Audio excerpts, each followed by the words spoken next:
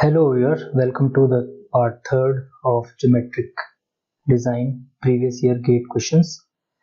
We start with question number 26.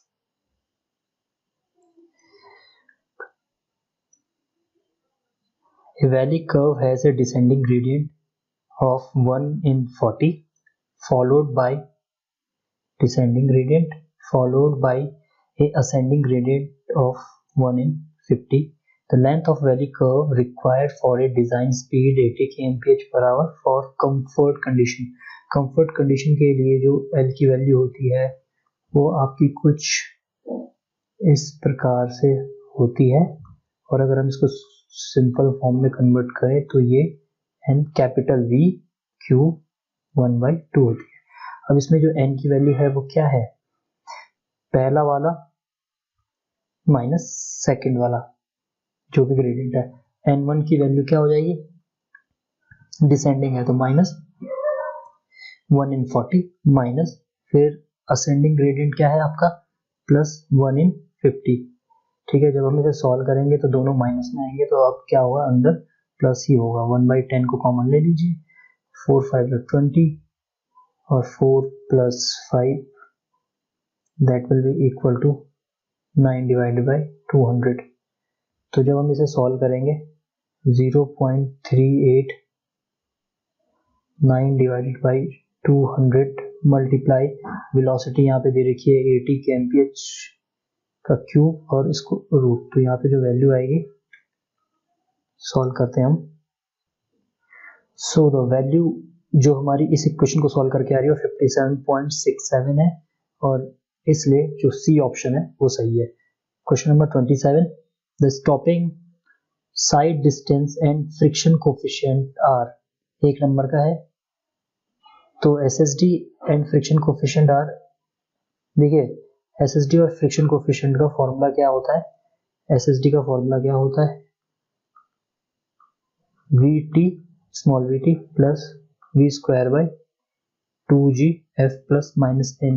ठीक है, अगर दिया होगा परसेंटेज के फॉर्म में तो यहाँ पे जो F और S है वो इनवर्सली है, तो inversely proportional to each other. Question number 28 में चलते हैं. A car is moving at a speed of 72 km/h on a road having 2% up gradient. ठीक है, अप ग्रेडियंट है 2 in 100. The driver applies brake when he sees an obstructions. If the reaction time, देखो reaction time change कर दिया है तो small t will be 1.5. assuming that the coefficient of friction between the pavement and the tire as 0.15, calculate the distance traversed before the car finally stopped. तो यहाँ पे सीधी सी बात है SSD पूछ रहा है, तो SSD का फॉर्मूला हम ऊपर लिख चुके हैं. तो यहाँ पे वेलोसिटी कितनी हो जाएगी, 72 है तो 0.278 कन्वर्ट करना है वेलोसिटी को, मल्टीप्लाई मीटर पर सेकेंड इंटू 1.5. तो ये आपका क्या है, लैग डिस्टेंस है, प्लस और V² क्या हो जाएगा 0.278 मल्टीप्लाई 72 का whole square divided by 2. G की वैल्यू 9.81 इंटू F की वैल्यू 0.15. इसको सॉल्व करेंगे, बट यहाँ पे क्योंकि हमें ग्रेडियंट भी दिया हुआ है तो हमें F के साथ क्या करना है, प्लस ग्रेडियंट दे रखा है तो 0.02 भी हमें ऐड करना है. अब जाके हम इस इक्वेशन को सॉल्व करेंगे. तो जो हमारी वैल्यू आ रही है इसको सॉल्व करने के बाद वो आ रही है 150.14. ठीक है, जो कि ऑप्शन बी से मैच कर रहा है. नोट करिए यहाँ पे हमें ग्रेडियंट दिया हुआ था तो उसको हमने ब्रेकिंग डिस्टेंस में ऐड करना है. इस वाले पैरामीटर को, ये वाला जो फर्स्ट वाला, इसको हम लैग डिस्टेंस कहते हैं, और जो बचा हुआ है रिमेनिंग जिसमें हमने ग्रेडियंट ऐड किया है विद फ्रिक्शन, ठीक है, तो ये जो बचा हुआ पोर्शन है इसको हम कहते हैं ब्रेकिंग डिस्टेंस. दोनों को मिला के हमारी बनती है स्टॉपिंग साइड डिस्टेंस. ठीक है, तो ये चीज आपको याद रखनी है. क्वेश्चन नंबर 29 पे मूव करते हैं. तो 29 क्वेश्चन जो है वो है the design speed for a national highway is 100 kmph if the maximum permissible super elevation is 0.10 and the coefficient of lateral friction is 0.15. The ruling minimum radius of horizontal curve on the highway should be. अब देखिए यहाँ पे ruling पूछा हुआ है, ठीक है, तो यहाँ पे सीधा सीधा फॉर्मूला आपका सुपर एलिवेशन वाला लग जाएगा, E plus F equal to E square by G R, ठीक है, और ये आर जो होगा आपका वो रूलिंग होगा। तो यहाँ पे देखिए हमने डिजाइन का कुछ नहीं किया क्योंकि यहाँ पे हमें रूलिंग रेडियस पूछा हुआ है, ठीक है, तो हम यहाँ पे डायरेक्ट वैल्यू लिख सकते हैं। अब यहाँ पे जो कैपिटल V को हम रिमूव करेंगे तो 127 आर आ जाएगा इस इक्वेशन से। अब हम इसको क्या करते हैं, वैल्यू रखते हैं, तो E की वैल्यू यहाँ पे हमने दी रखी है 0.10 प्लस F की value 0.15, that will be equal to V की वैल्यू हमारे पास 100 का स्क्वायर डिवाइडेड बाय 127 और ये R हमें निकालना है। तो यहाँ से हमने R की वैल्यू फाइंड आउट करी और जो हमारा R की वैल्यू आई है जो कि हमारा रूलिंग है, रूलिंग रेडियस, इसकी वैल्यू आई है 314.96 मीटर, ठीक है, तो ऑप्शन बी हमारा क्या होगा यहाँ पे सही होगा। मूव करते हैं क्वेश्चन नंबर 30 की तरफ। The star and grid pattern of road network was adopted in Nagpur road plan, ठीक है, फर्स्ट प्लान हुआ था, कब हुआ था, ये हुआ था 1943 से 1961 के बीच में, 2 साल पहले ही खत्म हो चुका था ये नागपुर रोड प्लान। और उसके बाद question number 31, in 3 new roads P, Q and R are planned in a district. The data of these roads are given in the table. ये टेबल में दिया हुआ है। Based on the principle of maximum utility, the order of priority of these 3 roads should be, हमें इस road की priority के मतलब यूटिलिटी के बेसिस पे इनकी प्रायोरिटी बतानी है। तो देखिए इस क्वेश्चन में अगर यूटिलिटी फैक्टर आपको पता नहीं है तो क्या होता है कि हमें सबसे पहले उन रोड को कनेक्ट करना होता है जिनसे हमारी ज़्यादा पॉपुलेशन सर्व करी जा सके, तो इसलिए उसका यूटिलिटी फैक्टर भी उतना इम्पोर्टेंट होगा। फॉर दिस केस हम यूटिलिटी फैक्टर जो कि लेस देन 2000 पॉपुलेशन है जिस विलेज की, उसका हम 1 ले लेते हैं, और फिर उसके बाद सेकंड वाले कॉलम का जहाँ पे पॉपुलेशन जिस विलेज की 2000 से 500 है वहाँ पे 2 ले लेते हैं, और थर्ड वाले का हम जहाँ पे पॉपुलेशन मोर देन 5000 है उसका हम 3 ले लेते हैं, ठीक है। अब हमें निकालना है यूटिलिटी फैक्टर पर लेंथ, तो उसको हम कैसे करेंगे, जहाँ पे जितने नंबर ऑफ विलेजेस दे रखे हैं तो P के लिए यूटिलिटी फैक्टर निकालते हैं हम। तो P के लिए क्या है कि utility factor 1 multiply with number of villages 8 plus utility factor 2 multiply with number of villages lies between 2000 to 5000, जो विलेजेस हैं वो 6 है, प्लस वन विलेज है आपका 5000 से ऊपर, इसका मल्टीप्लाई हम यूटिलिटी फैक्टर 3 से करेंगे। तो इस इक्वेशन को मैं इस तरीके से लिख सकता हूँ ताकि आपको और अच्छे से समझ में आए। यूटिलिटी फैक्टर को मैं लिख देता हूँ रेड कलर से 1 2 3, ठीक है, और इस यूटिलिटी फैक्टर को हमें मल्टीप्लाई करना है नंबर ऑफ विलेजेस से, 8 मल्टीप्लाई 6 मल्टीप्लाई 1, ठीक है, इसको डिवाइड करना है हमें किलोमीटर लेंथ से, इतनी लेंथ इनको सर्व कर रही है, तो वो है हमारी 20। तो P के लिए यूटिलिटी फैक्टर कितना निकलेगा, 8 plus 12 plus 3 divided by 20 and it is 23 by 20। Q के लिए अब हम चलेंगे Q के लिए इस तरीके से हम इक्वेशन बनाएंगे। तो सबसे पहले यूटिलिटी फैक्टर को लिख लीजिए, ठीक है, इसमें हमें मल्टीप्लाई करने नंबर ऑफ विलेजेस, तो वो है आपका 19, फिर 2 के लिए आपका 8, फिर यहाँ पे आएगा 4 डिवाइडेड बाई कितने किलोमीटर है ये 28 किलोमीटर की लेंथ रोड की लगेगी इतने विलेजेस को सर्व करने के लिए, और इन विलेजेस में जो पॉपुलेशन है वो ऊपर दी हुई है और उस पॉपुलेशन के बेसिस पे हम यूटिलिटी फैक्टर को डिफाइन करते हैं। इसको हम सॉल्व करेंगे, ठीक है, और फिर हम लिखते हैं लास्ट Q के बाद आएगा R, तो R में भी सबसे पहले हम यूटिलिटी फैक्टर को लिख लेते हैं यहाँ पे, और उसके बाद जो करस्पॉन्डिंग नंबर ऑफ विलेजेस है उसको मल्टीप्लाई करते हैं, जैसे 7, फिर यहाँ पे multiply by 5 multiply by 2 and divided by length कितनी है इनकी, जो लेंथ है वो है 12। तो अगर हम इसे सॉल्व करें, तीनों को इक्वेशन को जब हमने सॉल्व किया तो हमें पता चला है कि जो यूटिलिटी फैक्टर है वो सबसे ज्यादा जो आ रहा है, यूटिलिटी फैक्टर पर किलोमीटर जो लेंथ में सबसे ज्यादा आ रहा है वो आर को आ रहा है। ठीक है, तो आर रोड जो है वो ज्यादा इंपॉर्टेंट है, ज्यादा प्रायर है एज कंपेयर टू क्यू, जो कि उसके बाद आता है सेकंड नंबर पे। फर्स्ट नंबर पे आपका आर था और थर्ड नंबर पे आपका पी है। ठीक है, क्योंकि इसकी वैल्यू दोनों से कम है। तो हमारी ये प्रायोरिटी सेट हो गई है कि हमारे लिए सबसे इंपॉर्टेंट रोड जो कंस्ट्रक्ट करनी है वो अभी के लिए आर है, फिर क्यू है, फिर पी है। वो ऑप्शन में चलेंगे हम, और ऑप्शन में हमारे पास जो डी ऑप्शन है वही सही होगा। नेक्स्ट क्वेश्चन हमारे पास क्वेश्चन नंबर 32 है, the length of summit curve. Question number 32, the length of summit curve on A 2-lane 2-way highway depend on. Length of summit curve, summit curve की वैसे तो जो लेंथ होती है वो किस पे डिपेंड करती है, एक आपकी एसएसडी पे डिपेंड करती है, एक आपकी ओएसडी पे डिपेंड करती है। लेकिन यहाँ पे जो कंडीशन है वो क्या है, 2 लेन विद 2-वे ट्रैफिक है। तो जब 2 लेन होगा, ठीक है, तो इधर से व्हीकल्स मूव करेंगे और इधर से व्हीकल्स मूव करेंगे। तो इस केस में हमें क्या यूज करना पड़ता है, ओएसडी रिक्वायर्ड यूज करना पड़ता है।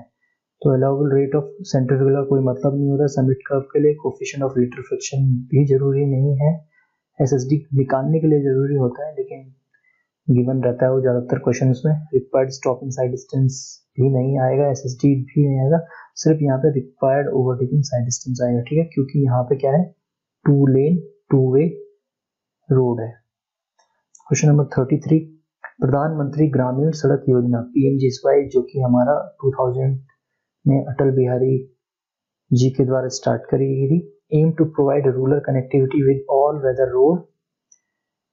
It is propose to connect the habitations in plain area of population more than 500% by the year 2007। 1 marks का क्वेश्चन है, आप इसको याद कर लीजिए।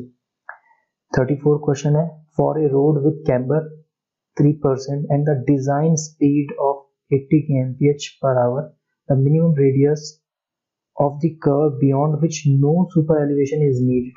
ठीक है, तो यहाँ पे डिजाइन स्पीड दी हुई है, तो हमें डिजाइन ऑफ कैम्बर करना, डिजाइन ऑफ सुपर एलिवेशन करना पड़ेगा। लेकिन कंडीशन यहाँ पे गिवन क्या है कि no super elevation is provided. तो अगर एक रोड है जिसका मैं क्रॉस सेक्शन बना दूं, तो ये आपका वाई एक्सिस है, ये आपका जेड एक्सिस है, तो वो रोड कुछ इस तरीके से होगी। यहाँ पे हमें कैम्बर दे रखा है 3% का, ठीक है, 3% का कैम्बर दे रखा है। अगर सुपर एलिवेशन नहीं होगा तो हॉरिजॉन्टल कर्व पे ये सड़क का जो क्रॉस सेक्शन होगा वो ऐसा ही होगा। ठीक है, बट यहाँ पे हमारे पास जो फॉर्मूला होता है सुपर एलिवेशन का निकालने के लिए वो क्या होता है भाई, GR होता है।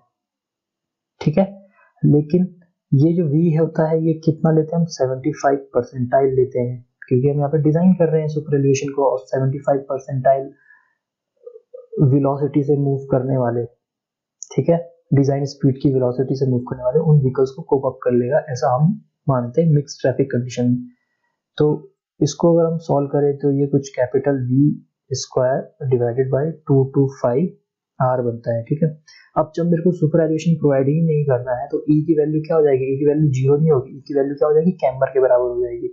तो कैम्बर के बराबर हमारी 3% को हम कन्वर्ट कर देंगे इस तरीके से, that will be equal to V की वैल्यू हो जाएगी 80 kmph, को स्क्वायर में कन्वर्ट करिए 225, और ये आपका रेडियस निकल जाएगा। अब इस रेडियस को हम कहेंगे मिनिमम रेडियस। ठीक है, आपको जो रेडियस प्रोवाइड करना वो इससे ज्यादा प्रोवाइड करना है। अगर आप इससे कम रेडियस प्रोवाइड करेंगे तो आपको सुपर एलिवेशन या तो इंक्रीज करना पड़ेगा क्योंकि वो मैक्सिमम लिमिट तक तो गया नहीं, या फिर आपको फ्रिक्शन कोफिशिएंट को भी कंसीडर करना पड़ेगा। इस कुछ क्वेश्चन को सॉल्व करेंगे और आर मिनिमम की जो वैल्यू है वो हम लिखेंगे। तो आर मिनिमम की जो वैल्यू आई है वो आई है 948,148 मीटर के आई है। तो ये यहाँ पे हमारी जो वैल्यू है बी ऑप्शन से मैच कर रहा है, तो हमारा आंसर क्या हो जाएगा, बी। क्वेश्चन नंबर 35 पे मूव करते हैं। The coefficient of friction in the longitudinal direction of a highway is estimated. Longitudinal friction coefficient f की वैल्यू दी हुई है।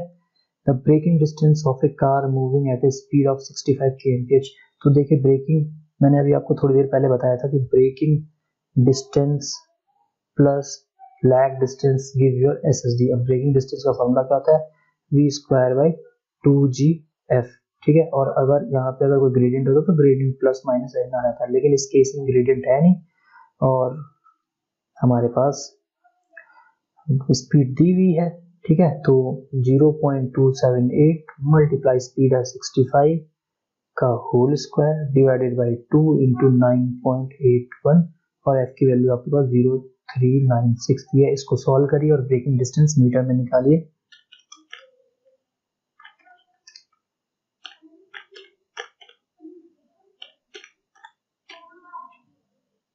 तो ये हमारी जो ब्रेकिंग डिस्टेंस है वो 42.026 आई है। 42.026 आया है और ये हमारा ऑप्शन सी से मैच कर रहा है। मूव करते हैं क्वेश्चन नंबर 36 पे। 2 मार्क्स से है ये। A road is having a horizontal curve of 400 meter radius on which a super elevation of 0.07 is provided. The coefficient of lateral friction mobilized on the curve when a vehicle is traveled at 100 kmph. अब देखिए यहाँ पे क्या दे रखा है, जो super elevation की permissible value है वो तो दे दी है, मैक्सिमम सुपर एलिवेशन। तो E plus F equal to v square upon 27 R हो जाता है, ठीक है। इस केस में देखिए ये वाले केस में हमें डिजाइन करना था, लेकिन इस केस में तो हमें ऑलरेडी सुपर एलिवेशन की वैल्यू मैक्सिमम दे रखी है। अब यहाँ से हमें f की वैल्यू निकालनी है, तो यहाँ से अगर हम f की वैल्यू निकालेंगे तो f इक्वल टू क्या हो जाएगा, v क्या है, v की वैल्यू हमें दे रखी है 100 का स्क्वायर डिवाइडेड बाई 127, r की वैल्यू हमें 400 मीटर दे रखी है, माइनस e हमें दे रखा है 0.07। आफ्टर सॉल्विंग दिस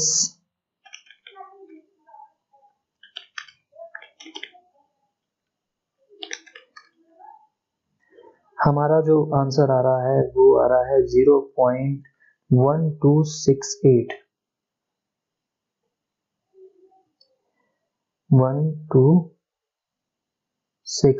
जो कि मैच कर रहा है ऑप्शन बी से। Next question, question number 37। A vehicle moving at 60 kmph on an ascending gradient of a highway has to come to stop position to avoid collision with a stationary object। मतलब ये है कि एक vehicle 60 kmph से move कर रहा है, उसको एक ऑब्स्टिकल दिखा और वो उससे पहले रुक गया, यानी कि क्लियरली यहाँ पे बात करी जा रही है SSD की। The ratio of lag to brake distance is 6:5। तो lag to brake का जो वैल्यू दे रखा है वो 6:5 दे रखा है, ठीक है। Considering the total reaction time of driver as 2.5 second and the coefficient of longitudinal friction is 0.36, the value of ascending gradient। अब यहाँ पे हमें ascending gradient निकालना है, तो लैग डिस्टेंस का फॉर्मूला यहाँ पे सिंपल सा होता है 0.278 कैपिटल V मल्टीप्लाई T की वैल्यू 2.5 और कैपिटल V की वैल्यू हमें यहाँ पे दे रखी है 60। तो हम यहाँ पे v की जगह पे क्या रख सकते हैं, सीधा सीधा 60 को मल्टीप्लाई करेंगे डिवाइडेड बाय, और हमारे पास फिर होता है 0.278 मल्टीप्लाई बाय 60 का whole square divided by 2 into g की वैल्यू 9.81, f की वैल्यू हमें दे रखी है 0.36 प्लस ग्रेडियंट है n परसेंटेज के फॉर्म में हम इसे निकालना चाहते हैं। तो ये हमारा अल्टीमेट इक्वेशन है। जब हम इसे सॉल्व करते हैं तो ये कुछ इस तरीके से दिखाई देगी। तो हमने क्या किया, इसको सॉल्व किया, तो जो ये वैल्यू थी इसको सॉल्व करने पे जो वैल्यू आया है वो 41.7 आया। उसके बाद हमने इस पूरे को सॉल्व करा और इसको सॉल्व करने के बाद हमारा जो वैल्यू आया है वो 14.18 आया है। और जो ये वाला पोर्शन था, ठीक है। डिनोमिनेटर में जो ये वाला पोर्शन था इसको हम ऊपर ले गए तो इस तरीके से आया। अब यहाँ पे जो वैल्यू हमने लिखी है एन की वो परसेंटेज फॉर्म में लिखी है, लेकिन एक्चुअल में हमें उसे पॉइंट फॉर्म में रखना होता है। तो इसके बाद जब हम इसे सारा सॉल्व करेंगे, इसको यहाँ मल्टीप्लाई करेंगे, इसको यहाँ ले जाके डिवाइड कर मल्टीप्लाई करके फिर इसको डिवाइड करेंगे, फिर 0.36 को माइनस करेंगे तो हमारी n की वैल्यू कुछ इस तरीके से आएगी। अब इसको हमें n परसेंटेज के फॉर्म में कन्वर्ट करना है तो 4.8 हमारा असेंडिंग ग्रेडियंट हो जाएगा। ठीक है, तो ये हमारा आंसर होना चाहिए। तो आंसर हमारा इतना है क्योंकि यहाँ पे परसेंटेज के फॉर्म में पूछा हुआ है। तो ये हमारा इस वीडियो का लास्ट क्वेश्चन था, 37 क्वेश्चन। बाकी के जो क्वेश्चन है हम आने वाले पार्ट 4 में करेंगे। Thank you all.